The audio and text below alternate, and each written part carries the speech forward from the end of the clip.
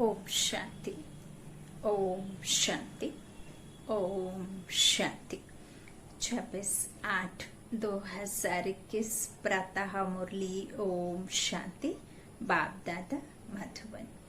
आज मीठे मीठे प्यारे प्यारे शिव बाबा ने मीठे मीठे प्यारे प्यारे बच्चों से कहा, मीठे बच्चे, तुम गारंटी करते हो कि हम अपनी ही योग बल से इस भारत को स्वर्ग बनाएंगे, वहाँ एक धर्म एक राज्य होगा।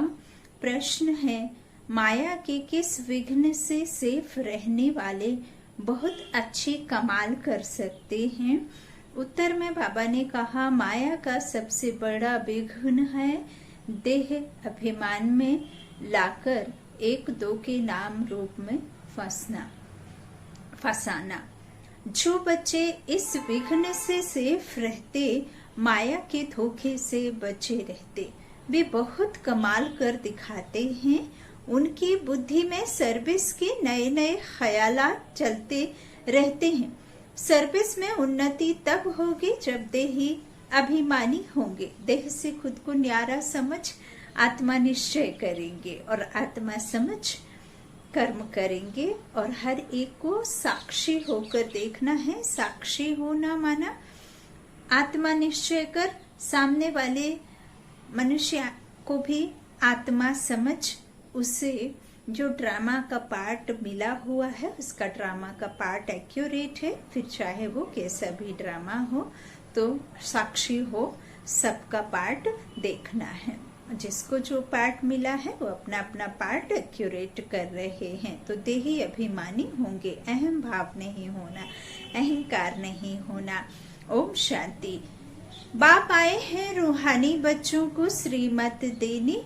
यह तो बच्चे जानते हैं कि थोड़े समय के अंदर ड्रामा प्लान अनुसार सारा कार्य होना है। हम रावणपुरी को विष्णुपुरी बनाते हैं। बाबा कहते हैं, अब बाप भी गुप्त तो पढ़ाई भी गुप्त है। बाबा कहते हैं सेंटर्स तो बहुत हैं, छोटे बड़े गांव में सेंटर्स हैं और बच्चे भी बहुत हैं। छोटे बड़े गांव में सेंटर्स हैं, बाबा कहते हैं, और बच्चे भी बहुत, तो और भी दिन प्रतिदिन बढ़ते जाएंगे। अभी यह सब जास्ती बढ़ना है। बाबा ने कई बार मुरलियों में कहा है कि यह सब अभी और भी जास्ती होना है, सेंटर्स भी और बच्चे भी।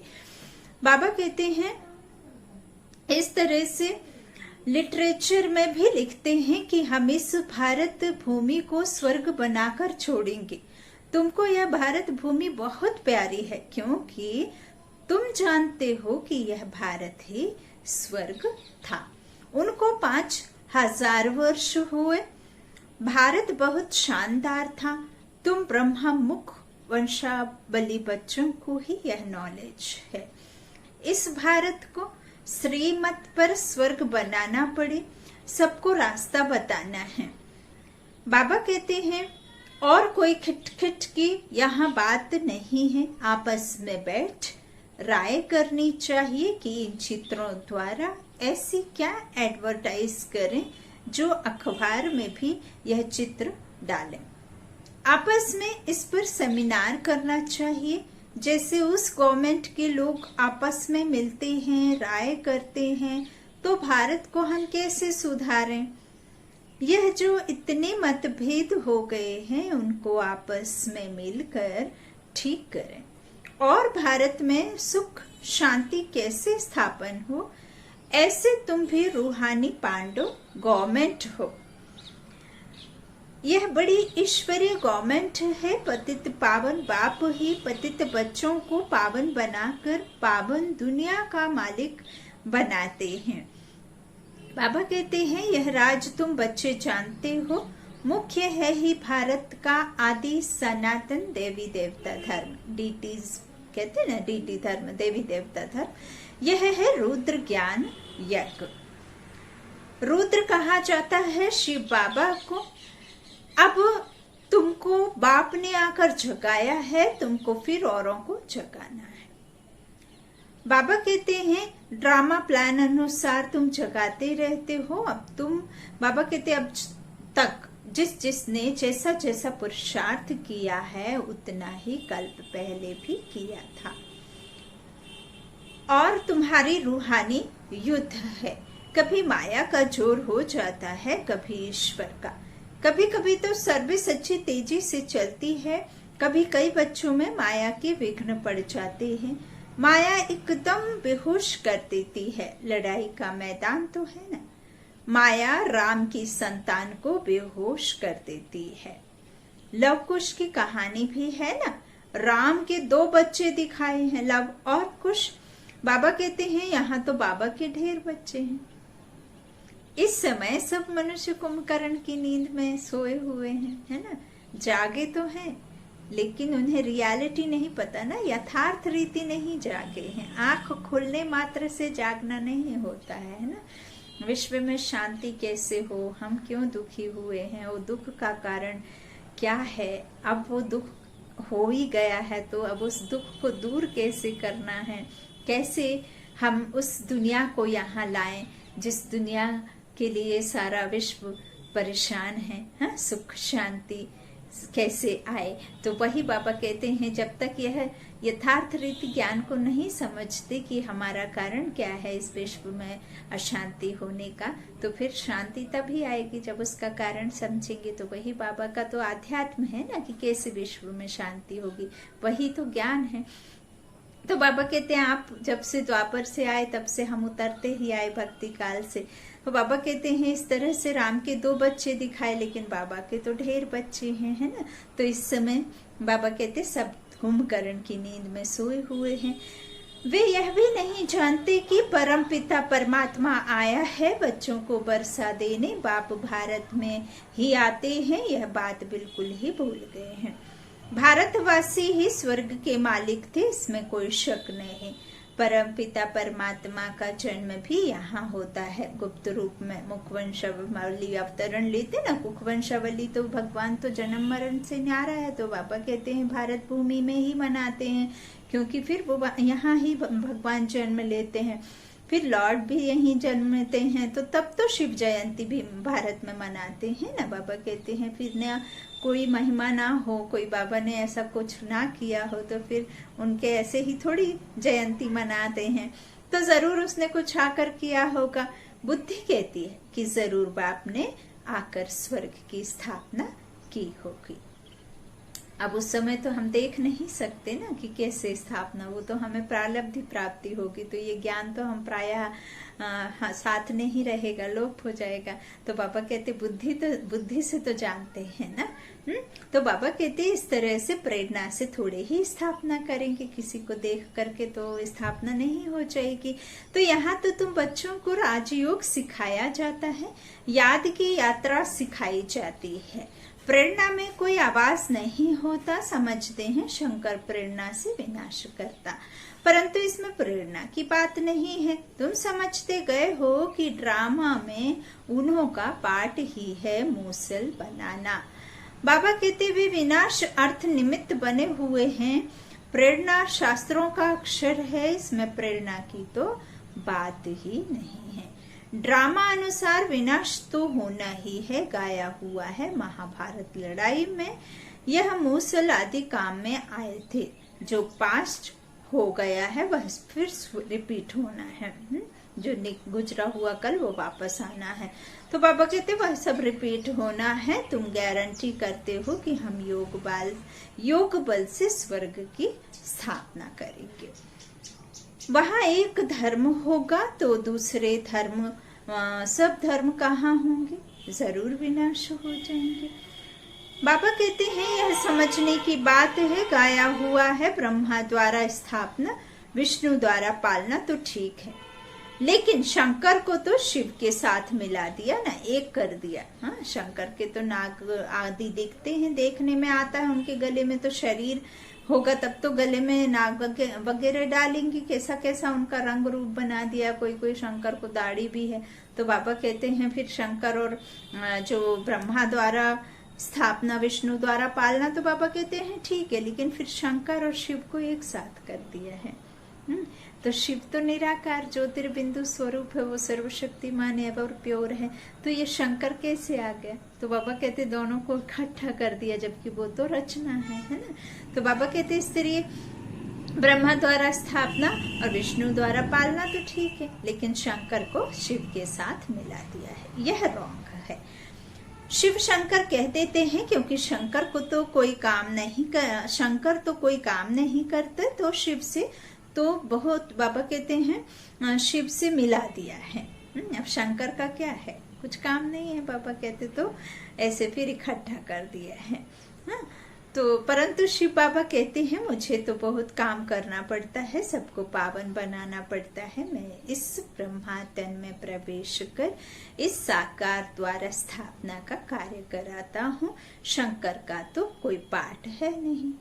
आप जो कहा है ना कि जब उनका त्रिनेत्र तीसरा नेत्र खुलता है तो दुनिया भस्म हो जाती है, इस तरह से दिखाते हैं ना कहीं कहीं कथाओं में और टीवी आदि में दिखाते हैं कि शंकर द्वारा विनाश होता है। तो शंकर बाबा कहते हैं जब स्वयं परम पिता परमात्मा मैं जो हूँ जैसा हूँ, जब मैं आता हूँ तब मैं ही आकर इस मनुष्य सृष्टि रूपी झाड़ का राज समझाता हूँ, आदि मध्य अंत का, और कैसे सदगति दुर्गति होती है। तो यह राज मैं जब तक ना आऊं, जब तक मेरा ड्रामा में पार्ट ना हो, तब तक कोई भी मनुष्य जो है सदगति को नहीं पा सकते हैं। तो जैसे ही जब परम पिता परमात्मा अपने पाठ के हिसाब से ब्रह्मा तन का आधार लेकर के आत्माओं को ये ज्ञान देते हैं, तब उनका जो दिव्य चक्षु अर्थात तीसरा नेत्र, जिसे बुद्धि मन बुद्धि संस्कार और बुद्धि रूपी विमान में बैठ हम यह सब करते हैं, तीनों कालों का स्वदर्शन चक्र घुमाना, परम धाम की यात्रा करना, सूक्ष्म बतन का जाना और फिर वापस आ जाना, अभी यहाँ ही जहाँ पाठ है।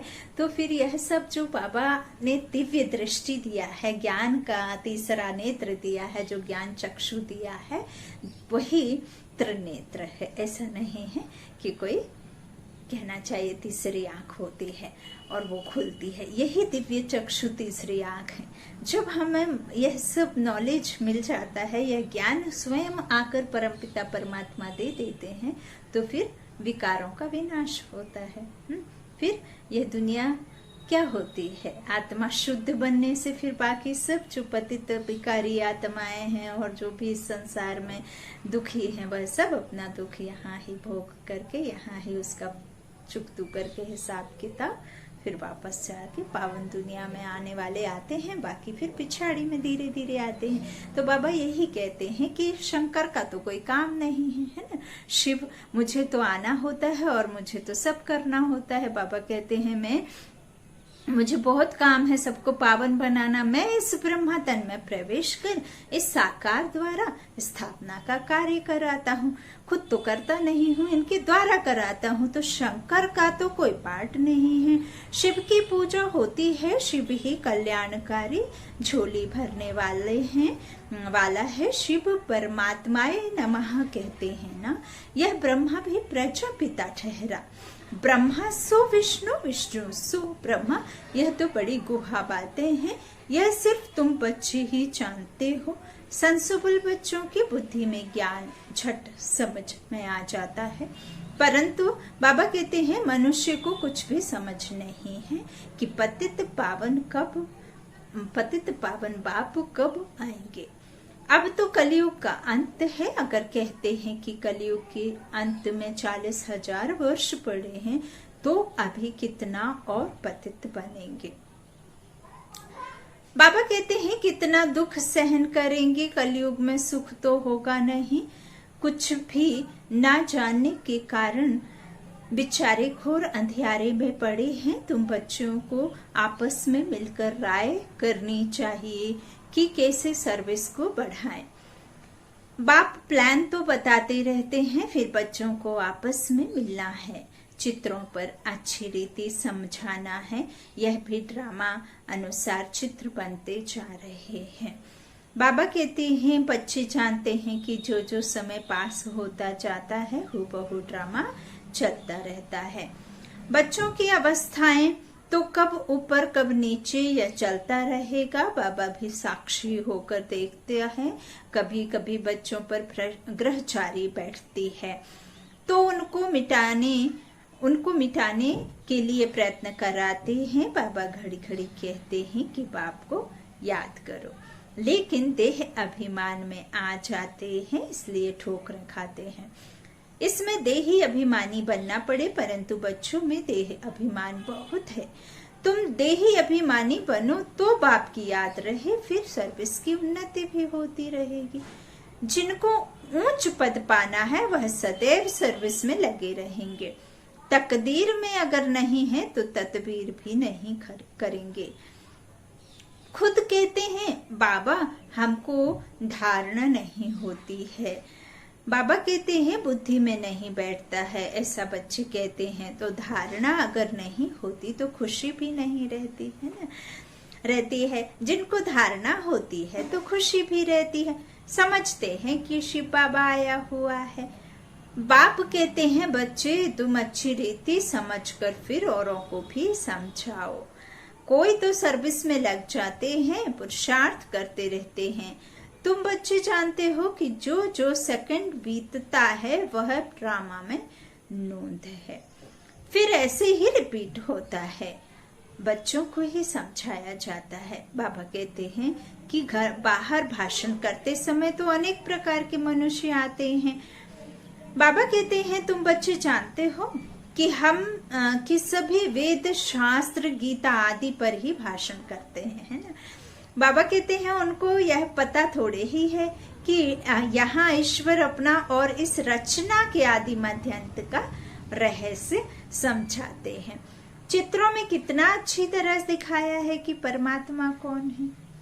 यह बातें प्रोजेक्टर पर तो समझा नहीं सकते, प्रदर्शनी में चित्र भी सामने खड़े हैं और फिर तुम समझाकर कुछ भी पूछ सकते हो कि अब बताओ कि गीता का भगवान कौन है, ज्ञान का सागर कौन है, पवित्रता सुख शांति का सागर लिबरेटर गाइड कौन है। कृष्ण के लिए तो कह नहीं सकेंगे कि वो लिबरेटर है, हाँ दुखों से छुड़ाने वाला है, वो तो खुद ही दुखों से छूटने बैठे हैं। तो बाबा कहते हैं कृष्ण के लिए तो कह नहीं सकेंगे। परमात्मा की महिमा अलग है, पहले लिखाना भी चाहिए, प्रूव लेना चाहिए, सबसे सही भी लेनी चाहिए। बाबा कहते हाल में ही चिड़िया लड़ रही हैं, इस समय सारी दुनिया में लड़ाई झगड़ा ही है, सब आपस में लड़ते रहते हैं। 5 विकार भी मनुष्य में गाए जाते हैं। जानवरों की तो बात नहीं है। बाबा कहते जानवरों की तो बात नहीं होती है ना, यहाँ जानवरों की कोई बात नहीं। विशेष वर्ल्ड और वॉइसलेस वर्ल्ड मनुष्यों के लिए बाबा कहते हैं गाया है। गाया हुआ किसके लिए है? Voiceless world. और कहना चाहिए कि बाबा कहते हैं कि ये जो तमो प्रधान दुनिया है, विशेष अर्थात छीछी दुनिया, कलयुग दुनिया, दुखी दुनिया है ना, तो विशेष वर्ल्ड और वॉइसलेस वर्ल्ड, जहाँ वर्ल्ड तो होगा लेकिन पीस प्रॉस्पेरिटी होगी, है ना। तो यहाँ तो है ही नहीं, शांति अशांति ही अशांति है। तो बाबा कहते हैं ये सब मनुष्यों के लिए गाया हुआ है। कलयुग में है आसुरी सांप्रदाय, सतयुग में है देवी सांप्रदाय। मनुष्य इतने तमो प्रधान बुद्धि हैं जो बिल्कुल समझते नहीं कि हम ही आसुरी सांप्रदाय हैं। देवताओं के आगे जाकर गाते भी हैं हम ही नीच पापी हैं, हम निर्गुण हारे में कोई गुण नहीं गाते ना, मंदिर में जाके घंटी बजा बजा के। तो तुम तो उन्हों को सिद्ध कर बता सकते हो कि सीढ़ी के चित्र में बड़ा क्लियर है, दिखाया हुआ है कि कैसे चढ़ती कला है और फिर उतरती कला है। भारतवासियों के लिए मुख्य है सीढ़ी का चित्र। बाबा कहते हैं यह है सबसे अच्छी चीज। इस चित्र पर बहुत अच्छा समझा सकते हो। 84 जन्म पूरे कर फिर पहला नंबर जन्म लेना है, फिर उतरती कला से चढ़ती कला में जाना पड़े। हर एक का विचार चलना चाहिए कि सबको रास्ता कैसे बताएं। ख्यालात नहीं चलेंगे तो सर्विस कैसे करेंगे। चित्रों पर समझाना बहुत सहज होता है। बाबा कहते सतयुग के बाद सीढ़ी उतरनी ही है। सतयुग के बाद त्रेता में जैसे ही आते हैं ना, तो बाबा कहते सीढ़ी उतरनी ही है। बच्चे जानते हैं कि अब हम ट्रांसफर हो रहे हैं, लेकिन सीधा सतयुग में नहीं जाते, पहले वाया शांति धाम में जाना, वाया शांति धाम से फिर आएंगे आदि में ड्रामा के लिए। तो बाबा कहते पहले शांति धाम में जाना है। तुम जानते हो हम पाठधारी हैं, बाकी तुम्हारे में भी नंबरवार हैं जो अपने को पाठधारी समझते हैं इस ड्रामा के।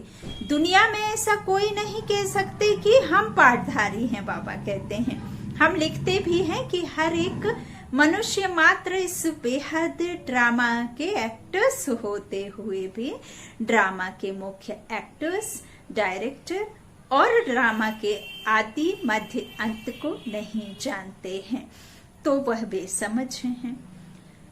इस लिखने में कोई हर्जा नहीं है।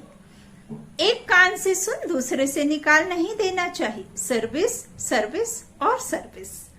बाबा जानते हैं कि बच्चों पर कभी ग्रहचारी भी बैठती है।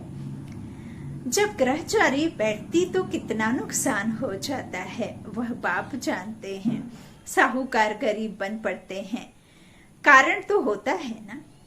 बहुतों को बाबा समझाते भी रहते हैं, बच्चे नाम रूप में कभी नहीं फंसना, नहीं तो माया ऐसी है जो नाक से पकड़ खड्डे में डाल देगी।